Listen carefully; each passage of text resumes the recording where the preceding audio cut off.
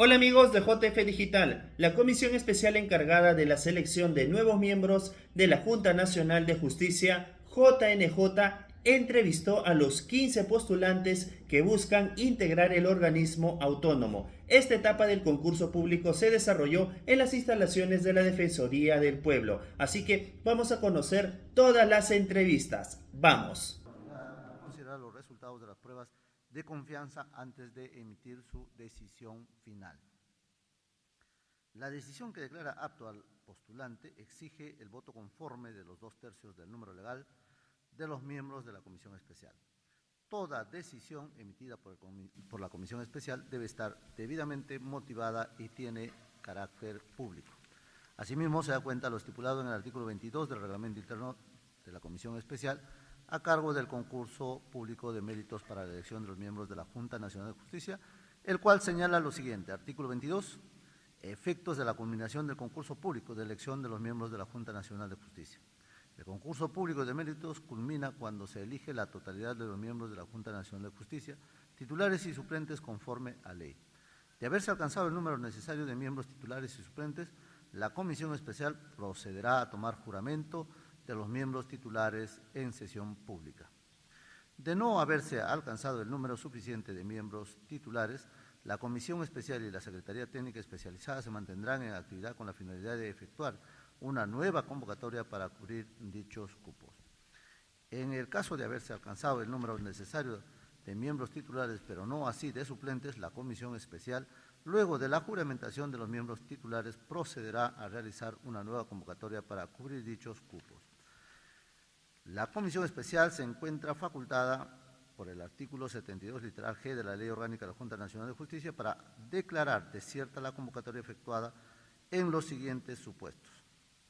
En el caso que no existan postulaciones para cargo de miembro de la Junta Nacional de Justicia, en el caso de que ningún postulante apruebe las etapas del concurso público de méritos, son las condiciones. En estos supuestos, la Comisión Especial y la Secretaría Especializada se mantendrán en actividad a efectos de organizar una nueva convocatoria para cumplir con sus fines y conforme a lo dispuesto por el artículo 155 de la Constitución y el artículo 70 de la Ley Orgánica de la Junta Nacional de Justicia. De igual modo, debemos señalar que conforme a las bases, la entrevista personal está orientada a evaluar la idoneidad y explorar las condiciones personales del postulante, además de analizar su trayectoria profesional de acuerdo con el perfil de puesto, así como sus perspectivas y conocimientos del sistema de justicia y del sistema electoral. En esta etapa, los miembros de la Comisión Especial tomarán en cuenta la información documentada y suministrada a lo largo del proceso de selección.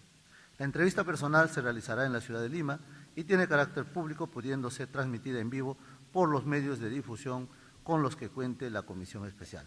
Los aspectos específicos para evaluar son los siguientes: trayectoria profesional, en la cual se está estableciendo los logros de las diferentes etapas profesionales, aprendizajes y oportunidades de mejora, solvencia e idoneidad, valores y principios que guían su vida e integridad, entre otros, análisis del razonamiento lógico-jurídico del postulante, y en proyección personal respecto a expectativas y propuestas en caso de asumir el cargo, desenvolvimiento y capacidad de comunicación. Los resultados de las pruebas de confianza aplicadas son pruebas de orden patrimonial, socioeconómica, psicológica y psicométrica.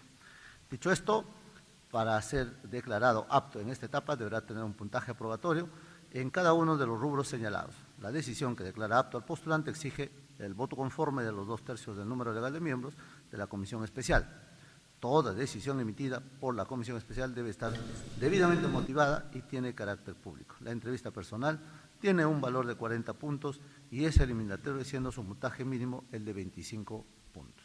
Señores miembros, se ha dado cuenta entonces de esta etapa del proceso, sobre las cuales, con las normas de orden complementario, se llevará a cabo. Se da por instalado la sesión con el quórum correspondiente y existiendo la totalidad de miembros en la mesa para proceder a la entrevista personal. Se suspende por breves términos la sesión para invitar a través de la Secretaría Técnica al postulante para la entrevista personal. Suspendemos por breves términos. Corresponde entonces invitar al doctor Francisco Artemio Tábara Córdoba para que esté con nosotros en la mesa de honor. Por favor, sírvase a hacer la invitación correspondiente. Han sido la lectura de las pautas legales por medio del defensor del pueblo quien preside pues esta comisión especial. Él lo que ha leído justamente ha narrado cómo se va a realizar y la base legal de la realización de este concurso que el día de hoy tendrá a 15 postulantes, empezando por el primer postulante, quien es Francisco Tábara Córdoba, quien también recordemos que ha sido expresidente del Poder Judicial.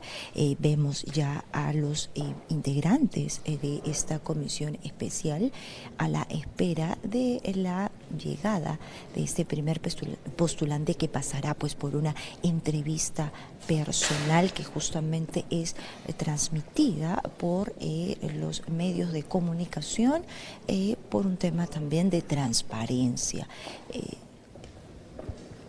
Todos los miembros de esta comisión especial tienen una respectiva carpeta que ha sido entregada a su llegada, donde tienen pues todos los documentos correspondientes para la realización de esta entrevista personal. Ya está llegando entonces el primer concursante. Son 15 que se van a presentar el día de hoy durante todo el día. Escuchemos ahora el desarrollo de esta primera entrevista. Doctor Francisco Artemio Tábara Córdoba, y vamos a dedicar, estimado doctor, 30 minutos aproximados en esta entrevista personal. Durante este tiempo le plantearemos una serie de temas y preguntas a las cuales le pedimos que responda con claridad y concisión. En algunos momentos es posible que interrumpamos para solicitarle alguna precisión o aclaración. Al final de la entrevista tendrá usted la oportunidad de decirnos palabras adicionales o de cierre. Comenzamos con la entrevista, doctor, formulándole la siguiente pregunta. La Contraloría General de la República advierte un presunto conflicto de interés entre usted y el doctor Javier Arévalo por un vínculo laboral mientras se desempeñaba usted como titular de la Corte Suprema y presidente del Poder Judicial.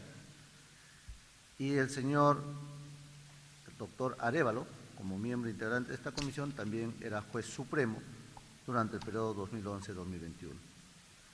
Asimismo, dicha entidad advierte que existiría una incompatibilidad con el secretario técnico especializado que laboró en el Poder Judicial. ¿Qué nos puede comentar al respecto, doctor? Al respecto, creo que ya no habría nada que discutir respecto a esta presunta incompatibilidad o conflicto de intereses. Por una razón muy sencilla, ya asumieron todos competencia y jurisdicción al pronunciarse sobre la tacha y la reconsideración. Y es un hecho que es una institución tan grande, la Corte Suprema de Justicia de la República, que la relación es simplemente de ser colega, ¿no? Pero no hay una relación de dependencia. El conflicto de interés se explicaría o tendría algún sustento si hay un conflicto hay una relación de dependencia entre alguno de los dos, lo que no existe. Me parece que carece totalmente de objeto esas presuntas incompatibilidades, en las dos que se han mencionado, ¿no? Y ya está solucionado, ustedes mismos lo han dicho, ¿no? Lo han hecho ya, ¿no? Sí. Doctor. Estimado doctor Tábara, para el Ministerio Público usted ha tenido múltiples carpetas que se encuentran en la actualidad en su condición de archivadas. Y dada la naturaleza de su postulación, que es de dominio público y está sujeto al escrutinio ciudadano, ¿qué nos puede comentar de estas carpetas, en específico de alguno que usted cree relevante en la actividad del Ministerio Público? Bueno, cuando uno tiene altos cargos en la administración pública y en el sistema de justicia en particular, las denuncias se presentan. Como saben ustedes, yo he sido juez de la Corte Suprema por 20 años, he sido jefe de la Oficina de Control de la Magistratura, la OMA, 4 años y medio, he sido presidente de la Academia de la Magistratura por un periodo que no recuerdo, he sido presidente del Poder Judicial y de la Corte Suprema 2 años, he sido presidente del Jurado Nacional de Elecciones, soy ex. Entonces las denuncias se presentan, hay denuncias malévolas que son la mayoría Inclusive por temas jurisdiccionales se presentan denuncias que uno se entera cuando la Fiscalía de la Nación declara no al lugar. Y tengo varios casos así, ¿no? Que uno recién se entera que le han imputado un hecho delictuoso cuando llega, sin notificarlo, llega la resolución de la Fiscalía de la Nación diciendo no al lugar. Esa es la explicación. Pero no he tenido ninguna investigación que haya prosperado, que haya llegado a la etapa de preparatoria, ninguna. Yo no conozco mucho penal, me disculparán si la terminología que utilizo no es la precisa de acuerdo al Código Procesal Penal, pero no he tenido ninguna investigación que lleve a preparatoria, ¿no? ¿Y no tengo ninguna investigación preliminar ni preparatoria que esté en curso, ni tampoco en el Congreso alguna acusación constitucional que esté pendiente de pronunciamiento, ¿no? Pero sí se explica sencillamente que por mi larga carrera de 20 años de estar en la Corte Suprema del Sistema Judicial, en el Jurado Nacional de Elecciones se presentan denuncias, sinceramente, lo que yo llamo malévolas o antojadizas, ¿no? Y a resultas de esa vulnerabilidad, estimado doctor, ¿qué opinión le merece estos procesos de investigación, muchas veces largas y hay veces tediosas porque tienen que ir a dar manifestaciones, citaciones, no siempre terminan con indicarle que el caso ha sido archivado porque no hay ningún motivo de investigación? ¿Qué opinión le merece los procesos de investigación por largos periodos, los cuales que indudablemente no generan malestar en el investigado, que quizá está impoluto, libre de cualquier sospecha o de cualquier apreciación contraria? ¿Qué opinión le merecen estos procesos? En mi caso puedo decirle que la mayoría de denuncias que he tenido se han archivado rápido. Hubo una que sí me pareció un exceso, que demore 3 años para llegar a donde no había, simplemente era motivo de suspicacia, para terminar con un archivo definitivo. Hablo de las denuncias, en mi caso de magistrado de la Corte Suprema, ¿no? No quiero pronunciarse sobre la actuación del Ministerio Público, yo respeto a todas las instituciones que están aquí. Vengo de una generación donde nos inculcaron mucho el respeto y creo que las instituciones hay que fortalecerlas, hay que apoyarlas. Todas las instituciones acá representadas tienen mucho que mejorar, sí, pero las instituciones como tales hay que fortalecerlas, tratar de mejorarlas. Y así estaríamos también fortaleciendo el sistema democrático de gobierno que tenemos, que con todas sus imperfecciones es una democracia, incipiente en formación. Tenemos 200 años y un poquito más de vida republicana, con periodos casi en crisis permanente. Ustedes recordarán que elegimos al primer presidente civil después de 51 años de vida republicana. Lo elegimos recién en el año 1872, al señor Manuel Pardo. Antes había solamente, eran el famoso militarismo, ¿no? Recién tuvimos un primer presidente civil elegido el año 1872. Hemos tenido ocasiones, después de la caída del oncenio de Leguía de 1919 a 1930, un periodo de crisis donde hubieron 6 presidentes en 7 meses, 6 presidentes de la República, algunos por horas, otros por días. De tal manera que no hay que asustarnos cuando estamos en crisis, tampoco hay que tomarlo como un alivio, luchar por mejorar. Hemos vivido también periodos de crisis en los últimos años, hemos tenido 5 o 6 presidentes en pocos años, ¿no? Cronológicamente hablando.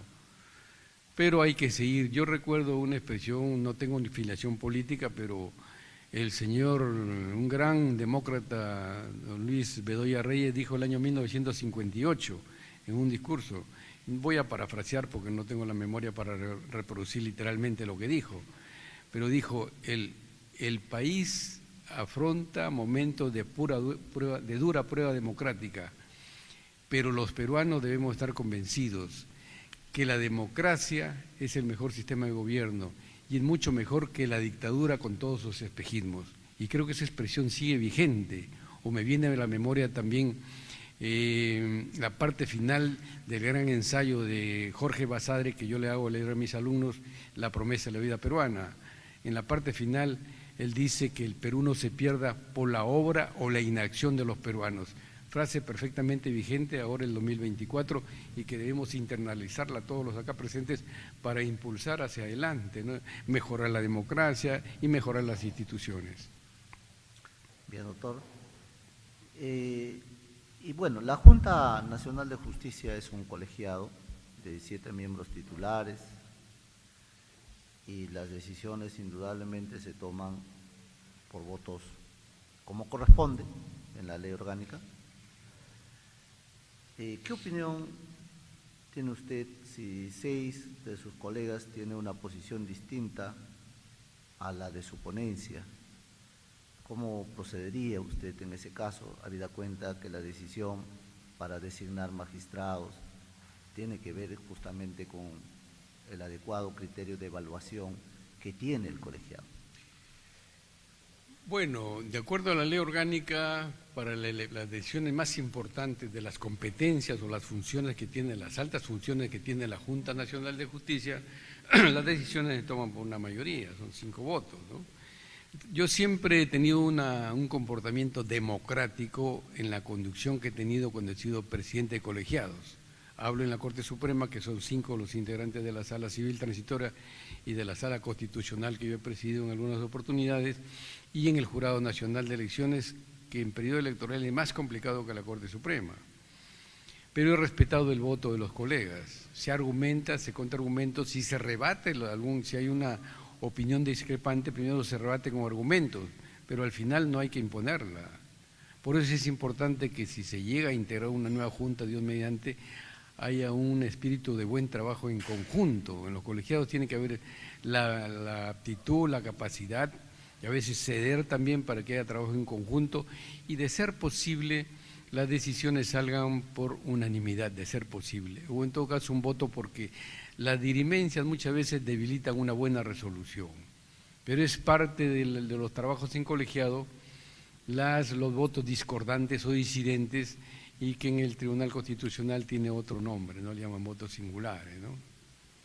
Y en ese mismo propósito, siendo un colegiado, lo que vemos nosotros es que las instituciones públicas, pero por sobre todo las grandes corporaciones en el ámbito privado, privilegian la inteligencia emocional y el trabajo en equipo como parte importante, como el factor determinante en el sistema de evaluación, en este caso del futuro desempeño del evaluado, que va a ser pues un magistrado que va a nombre de la nación, valga la redundancia, a administrar justicia, ¿no?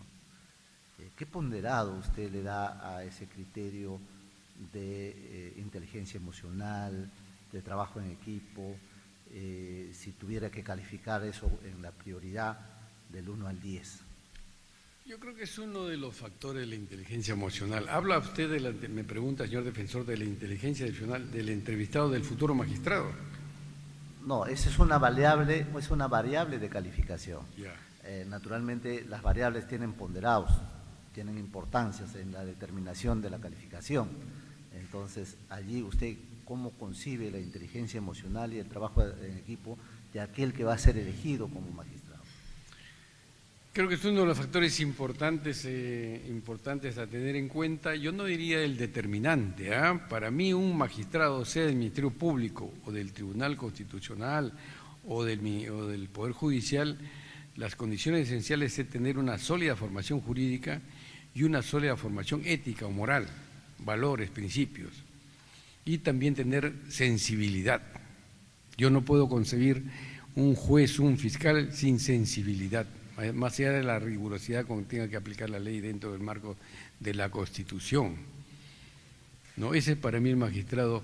Y por eso yo a veces a mis alumnos les digo que es importante que el abogado y el profesional en general cultive el arte en cualquiera de sus expresiones, la música, la literatura, la poesía, la escultura. ¿Por qué? La expresión del cultivo del arte en cualquiera de sus expresiones es una expresión de sensibilidad, y también se contribuye a la formación integral del magistrado, del profesional, y sobre todo me refiero a los magistrados de las altas cortes, que no solamente deben saber códigos, principios, doctrina, jurisprudencia, sino también ser humanistas. Esa es la visión que tengo yo de los magistrados de las altas cortes, tanto nacionales como de Europa y otras regiones, ¿no? Bien, doctor. La Constitución Política del Perú, en el artículo 156, señala con claridad que para ser miembro de la Junta Nacional de Justicia se requiere ser mayor de 45 años y menor de 75 años. Y en concordancia con la misma, en las bases del presente concurso aprobado por esta comisión como colegiado, en el artículo 2.1.1 señala que para poder postular al cargo y ejercer como miembro de la Junta Nacional de Justicia, el postulante deberá tener en consideración este requisito que dice en la Constitución. Y eso naturalmente concordante con lo que dice el artículo 10, numeral 10.1 de la Ley Orgánica de Justicia, que señala ese mismo parámetro repetido en la Constitución sobre los parámetros de la edad de 45 mínimo, 75 máximo. Como miembro, ¿qué opinión le merece esta parte que está para la comisión, para la Constitución, todo claro, por eso se ha recogido en las bases, para que no haya futuras discusiones sobre ese tema? ¿Qué opinión le merece? Yo creo que no hay mucha claridad. Por ejemplo, es el único caso en la Constitución donde se prevé el mínimo y el máximo para ingresar y salir. Es el caso del Jurado Nacional de Elecciones. La Constitución dice no menos de 45 ni más de 70. Es el único caso en la Constitución que lo dice. Aquí hay ambigüedad y no hay claridad en las normas. Por eso ha surgido el problema que hemos visto de la Junta que está terminando su periodo, ¿no? Entonces, esto, con el mayor respeto, aquí tenemos a la presidenta del Tribunal Constitucional. Hay un proceso constitucional que está al voto, creo que no son sencillos, llevan su tiempo, donde podrían dilucidar este tema de la edad y decir si solamente es para ingresar o al cumplir 75 se termina, ¿no? Por ejemplo, en la ley de la Contraloría General de la República, que es una institución muy importante, ahí dice bien claro, causales de vacancia, llegar a los 70 años, no hay duda. Eso no existe aquí en pues hay contradicciones, y tanto el extinto Consejo Nacional de la Magistratura interpretó y sacó una resolución como presente vinculante, diciendo que antes del 75 era solamente para ingresar y se quedaron hasta que culminaron los 5 años. Y esta Junta Nacional de Justicia, que tanto ha criticado al Consejo de la Magistratura Nacional, el extinto último Consejo Nacional de la Magistratura, hizo lo mismo. Yo lo que diría es que este tema de la interpretación de la edad le creó un problema y desgastó a la Junta Nacional de Justicia, creó enfrentamientos con el Congreso de la República, involucraron al Poder Judicial, etcétera, etcétera, y esto en mi caso, en concreto yo tengo 73 años y pico, yo no crearía ese problema. La solución la da el Tribunal Constitucional o precisa una disposición normativa, y si las cosas siguen como están, yo optaría por sacrificar esa permanencia en un cargo así y dejarle tranquilidad a la Junta Nacional de Justicia para que siga cumpliendo y no distraer esfuerzos, tiempos, enfrentamientos por esta situación, ¿no?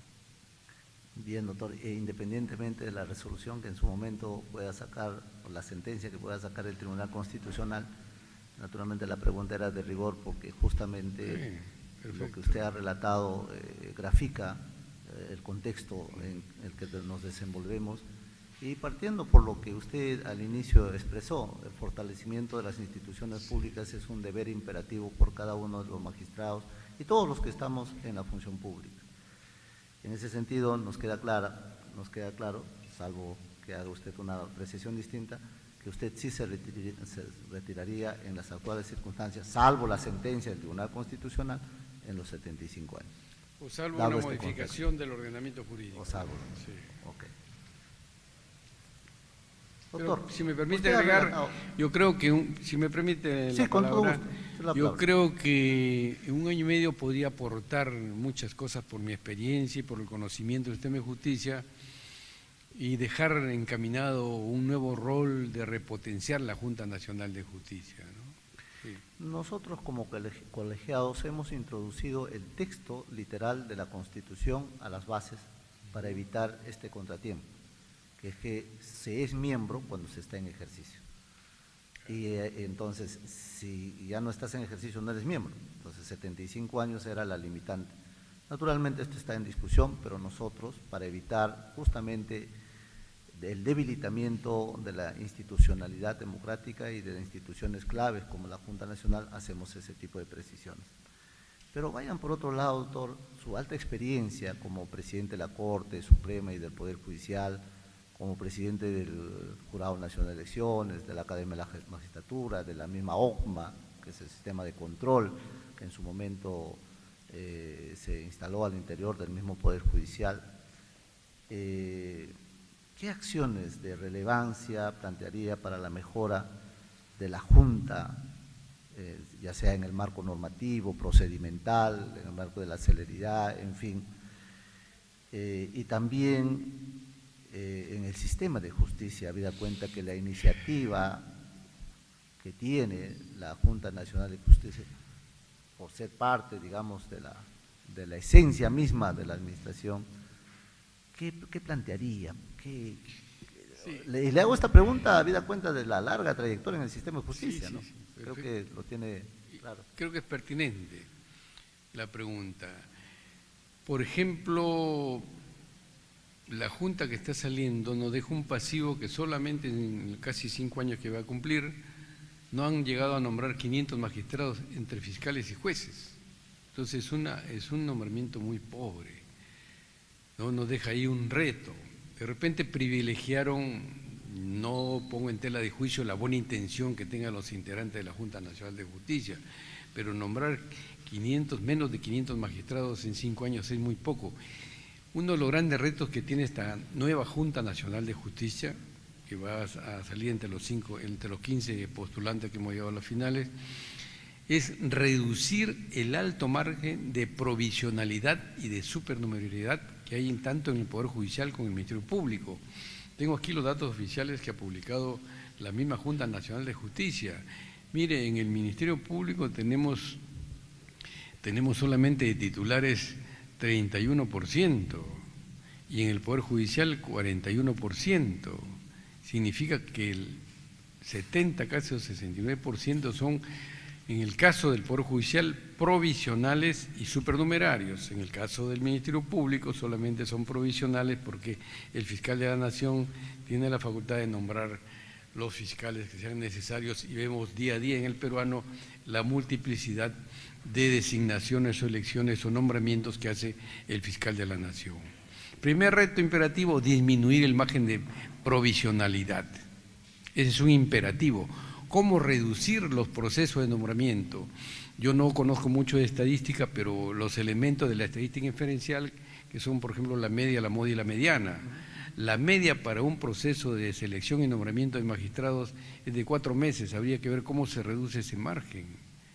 Miren, el Poder Judicial ha sacado una resolución, el Consejo Ejecutivo, para tratar de regular y dar una solución temporal a la designación de provisionales y supernumerarios. Esto lo ha publicado el 30 de agosto el Consejo Ejecutivo del Poder Judicial y tiene ahí una orden de prelación de nombrar como provisionales a los jueces titulares de inferior jerarquía. Luego tener en cuenta una relación de la lista que quedaron de la Junta Nacional de Justicia. Luego tiene el presidente de la Corte Superior la facultad. Pero también se ha estado instituyendo con buen criterio en el Poder Judicial que en tanto la Junta no nombre a estos magistrados titulares, se faculte a las Cortes Superiores para llevar a cabo pequeños concursos de selección y nombramiento. Y la última es, donde no se haya aprobado esto, la facultad del presidente de la Corte de nombrar a los supernumerarios, ¿no? Veo por ahí, por ejemplo, una gran oportunidad de una ley que está vigente y que no se ha explotado, que es la ley de Consejo de Coordinación de la Mejora del Sistema de Justicia. Esto hay que promoverlo, hay que impulsarlo y la Junta Nacional de Justicia tiene un asiento ahí. Es cuestión de evitar enfrentamientos y la palabra clave es el diálogo. Convocar, sí podría la Junta convocar a esa y activar, repotenciar, respetando las autonomías, respetando la independencia. Pero esto hemos visto que esa ley está vigente desde 2019 y sin embargo no se le ha dado, no se le echa a andar. no se le potencializa. Esa es una gran oportunidad y están representadas todas las instituciones que están aquí. Solamente se olvidaron ahí que forma parte de la Academia de la Magistratura. Habría que incorporarla mediante una modificación normativa. Pero es una gran oportunidad para dejar, por ejemplo, yo veo que el señor ministro del Interior critica las libertades que dan algunos fiscales, pero eso no es para sacarlo pues y llevarlo a las pantallas de televisión, sería conversarlo ahí y cómo mejorarlo. El señor fiscal de la Nación ha publicado el 14 de este mes una resolución donde firma una directiva para la actuación de los fiscales, a raíz de una ley que tiene ciertos visos de inconstitucionalidad y le está diciendo cómo deben actuar los fiscales dentro del marco de esta nueva ley. Es muy prudente el señor fiscal de la Nación en no decir que hay inconstitucionalidad, pero sí se dice que está violentando el artículo 156, 158 de la Constitución, que dice que el fiscal el Ministerio Público es el titular del ejercicio de la acción penal pública desde el inicio. Esas cosas, por ejemplo, yo elogio esa resolución que le he traído por acá del señor fiscal de la Nación, pero sería bueno que venga respaldada de su junta de fiscales. Y también, ¿por qué no convocar a la llamada sociedad civil? Tenemos una asociación bastante activa, tanto de magistrados del Poder Judicial como del Ministerio Público, que han sacado un comunicado, lo tengo por acá también. Convocarla y escucharla. La Junta Nacional de Justicia que está saliendo, expreso mi respeto, reitero que habrá buena voluntad, pero no puede aislarse. Yo creo que debería convocar, por ejemplo, a recibir a los… Un factor importante que me estaba olvidando es los colegios de abogados. Hay que trabajar con los colegios de abogados. ¿De dónde salen los magistrados del Poder Judicial y del Ministerio Público? La única cantera exclusiva y excluyente de la magistratura del Poder Judicial y del Ministerio Público son los colegios de abogados. Y nadie ha puesto los ojos ahí todavía. Los colegios de abogados son, digamos, hablando coloquialmente, una pata en la mesa en la problemática del sistema de administración de justicia. Hay que trabajar con los colegios de abogados, trabajar con las facultades de Derecho, entender o volver a entender que la abogacía es una profesión liberal por excelencia, pero que tiene una gran función social de pacificación. Antes nos formaban a los abogados para litigar, ahora se forman a los abogados para conciliar, que sean verdaderos contribuyentes de la paz social. Y en un proceso judicial contribuir a que se esclarezca la verdad. O sea, mi propuesta va también en diálogo con los colegios de abogados y con las facultades de Derecho. Hasta hace pocos años, solamente los cursos de ética y de deontología jurídica eran opcionales. Ahora ya la mayoría de universidades lo tiene como cursos obligatorios y presenciales. Personalmente, déjenme decirles que yo con el mayor respeto a la educación privada, pero yo me considero producto de la educación pública. ¿Por qué digo esto? Porque yo aprendí a leer y escribir en una escuela rural, unipersonal, al interior de Piura, donde mis compañeros de estudio eran hijos de campesinos que iban sin zapatos, en descalzos o con ojotas. El único que tenía zapatitos tal vez viejos era yo. Eso me marcó. Luego yo voy a una escuela nacional en Chulucanas, luego un colegio nacional, Universidad Nacional. Ya después he tenido, mi alma mater es la Universidad Nacional de Trujillo. Luego vengo a Lima, estudio una maestría en la Pontificia Universidad Católica y tengo la oportunidad también de estudiar en la Universidad de Gran Prestigio, que es la Universidad Nacional de San Marcos. Hago mi doctorado ahí y hago una maestría en Lengua y Literatura que la termino a los 60 años. Y mis dos pasiones son la justicia y el derecho, que están íntimamente vinculadas, ¿no? Y luego he tenido ya oportunidad de hacer algunos estudios breves en Pisa, en Bolonia, en España, etcétera, etcétera también, ¿no? Pero me considero yo un producto de la educación pública y hago docencia en una universidad privada que es la Ricardo Palma, ¿no? Sí. Muchas gracias. Estamos transmitiendo en vivo esta presentación por Justicia TV y por el canal Defensoría del Pueblo y que están conectados a nivel nacional algunas cadenas, y que es importante este acto, por lo mismo que se ofrece la palabra a los señores integrantes de la comisión para formular algunas preguntas adicionales a esta entrevista. Doctor Arévalo, tiene usted el uso de la palabra.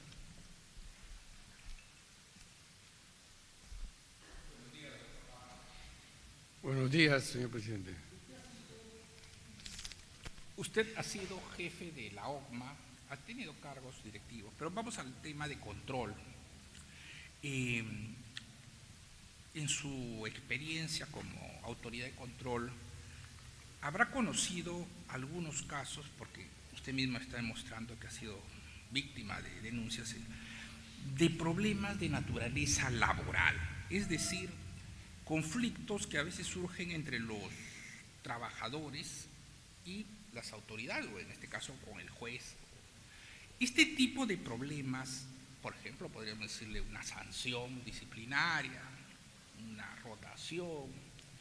Este tipo de problemas, ¿usted cree, ya como órgano de control, que debe ser de conocimiento de la Junta Nacional de Justicia, o por el contrario, para este tipo de problemas debería recurrirse a las autoridades competentes, sea pues la SUNAFIL, sea el juez de trabajo?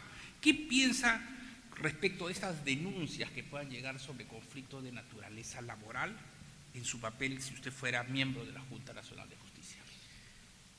Bueno, aquí más que todo sería un tema de la Autoridad Nacional de Control del Poder Judicial, pero si son problemas de índole laboral, 100% laboral, yo creo que estos órganos nacionales de la Autoridad Nacional de Control, tanto del Poder Judicial como del Ministerio Público, están para ver la conducta funcional relacionada con la actividad jurisdiccional o con la actividad fiscal, pero creo que los temas estrictamente laborales deben verse en otra área, ¿no? Y en o sea, el ámbito laboral. Le llega, usted, supongamos, usted es presidente de la Junta Nacional de Justicia y le llega este tipo de documentos, ¿qué hace? No creo que lleguen muchos casos, que llegarían muchos casos a la Junta Nacional de Justicia, pero aquí hay dos formas, o sea, hace una precisión normativa, tiene iniciativa legislativa, por ejemplo, la Junta Nacional de Justicia, y ustedes tienen iniciativa legislativa, hay mecanismos de corrección rápidos, puede ser si es una decisión administrativa, faltaría, uno analiza el marco legal para corregir esto, ¿es suficiente una decisión administrativa o es suficiente una modificación normativa? ¿No? Y tomar la decisión ahí, pero en mi punto de vista ese es un tema estrictamente laboral, no tiene por qué verlo la Autoridad Nacional de Control. Por ejemplo, antes que me olvide, miren, releyendo la Ley Orgánica de la Junta Nacional de Justicia, es un pliego presupuestario, sin embargo no tiene la oportunidad de sustentar el presupuesto ante el Congreso de la República, eso habría que corregirlo, por ejemplo. En el caso del sistema electoral, el sistema electoral, que está reconocido en el artículo 176 y siguientes de la Constitución, se establece claramente que el presidente del Jurado Nacional de Elecciones sustenta el presupuesto de OMPI y de RENIEC. Está precisado en la Constitución, no hay duda.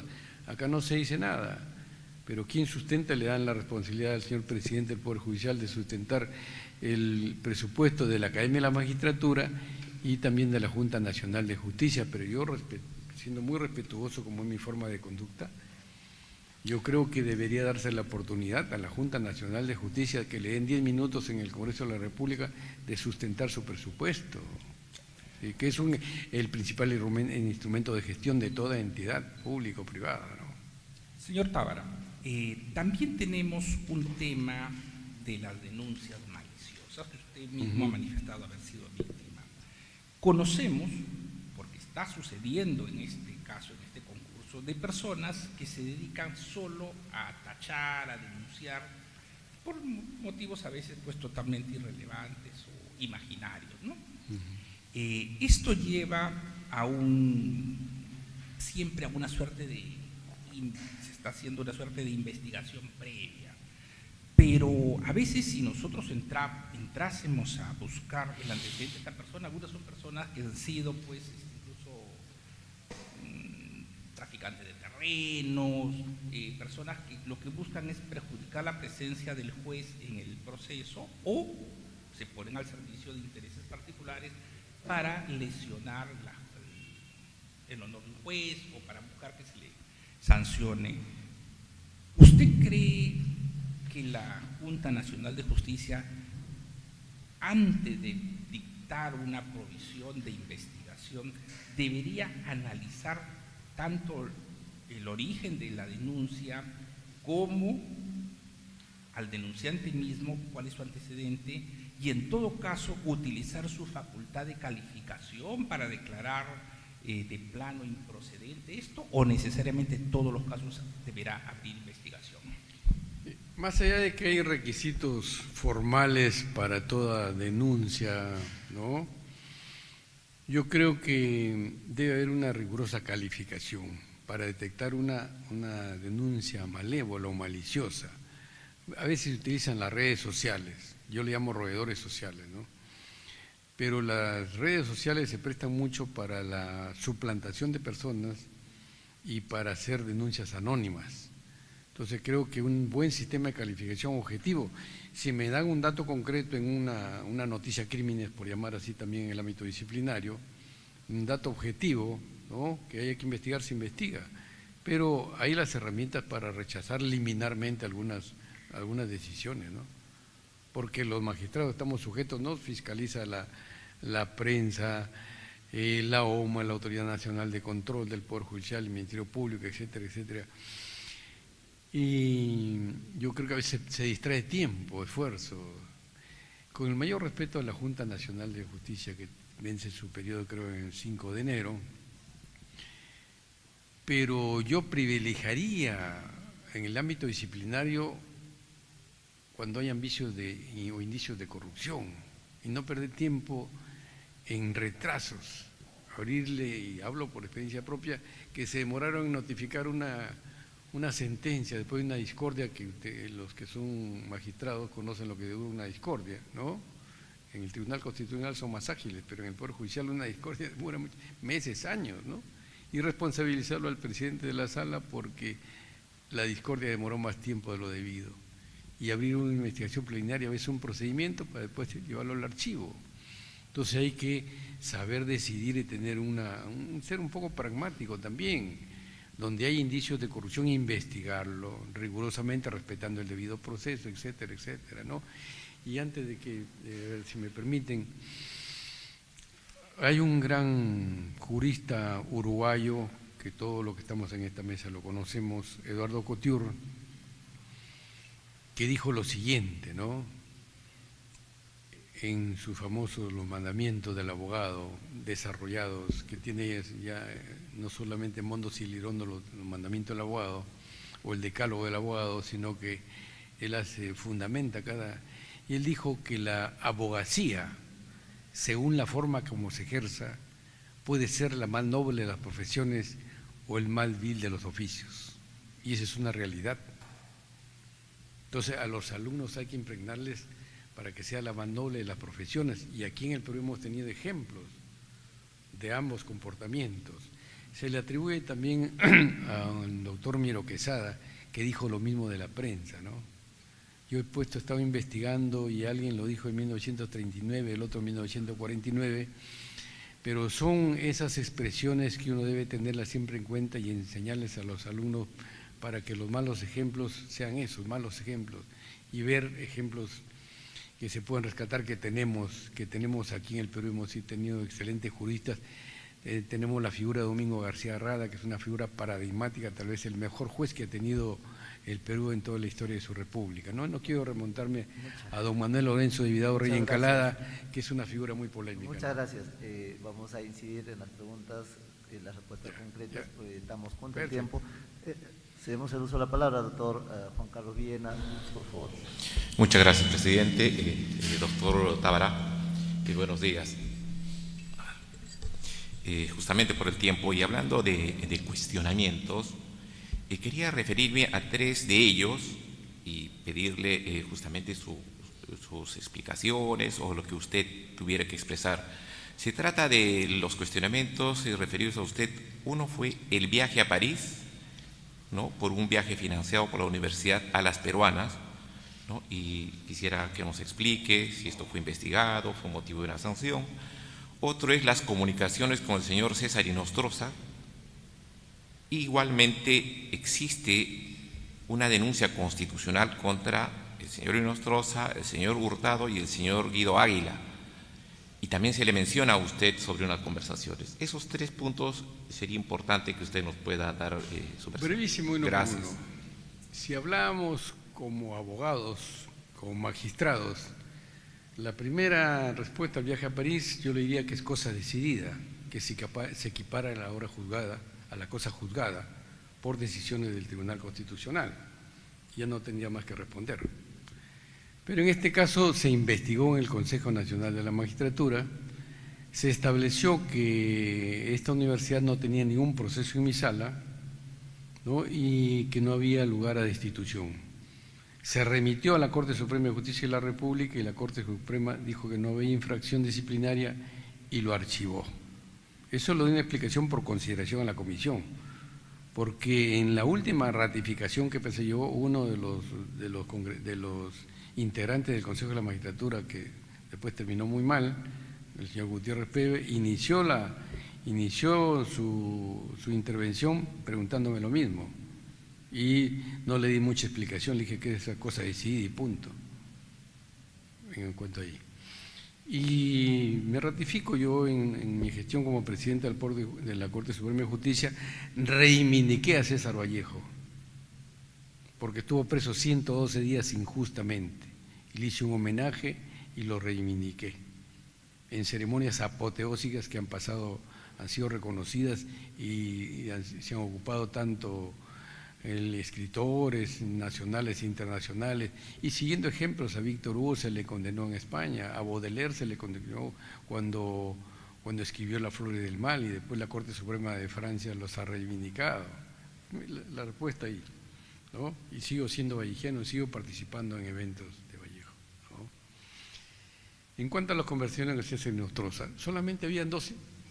Recuerden pues de que él trabajaba en la Corte Suprema, yo no lo nombré, lo nombró el Consejo Nacional de Magistratura.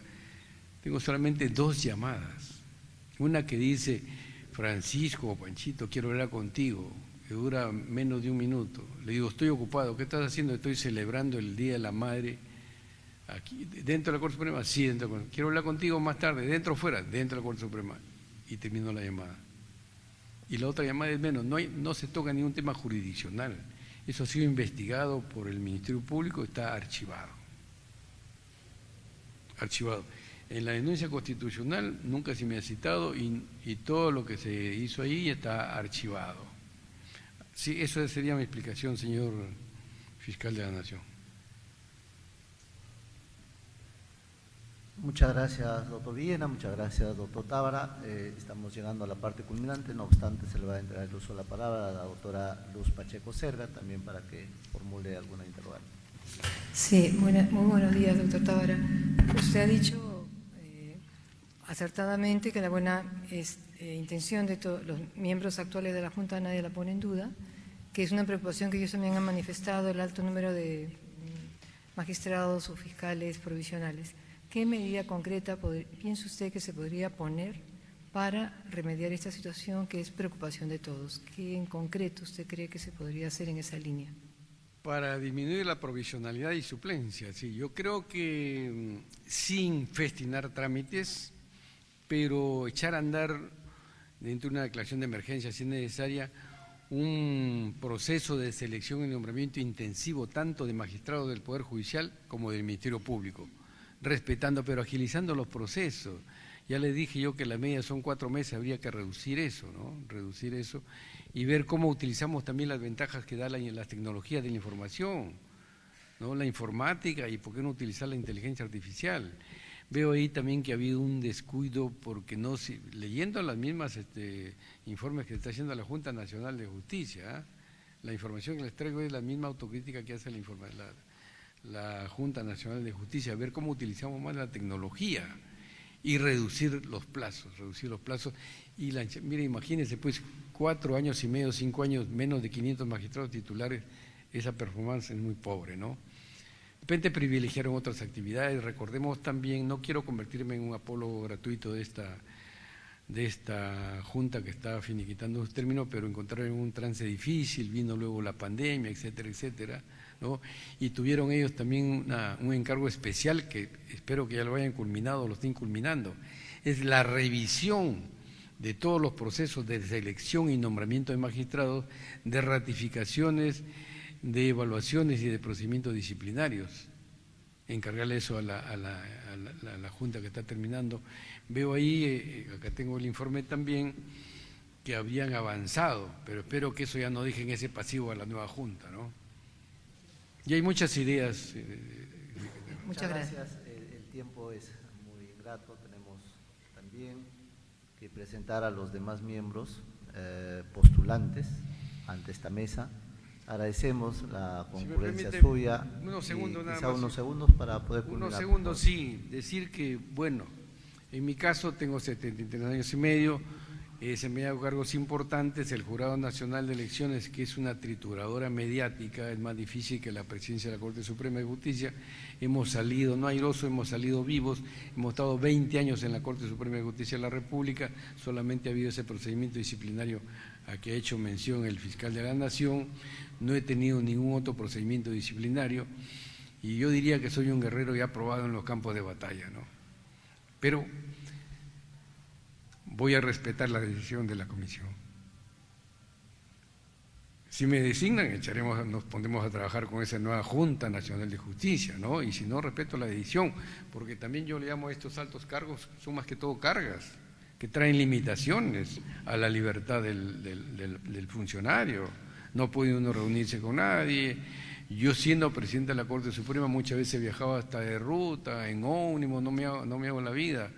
Ahora hago mis caminatas por mi barrio solo y con la bendición de Dios nunca he tenido problemas. De tal manera que si me da la confianza esta comisión no la voy a defraudar y ojalá que tengamos un equipo que trabaje en conjunto.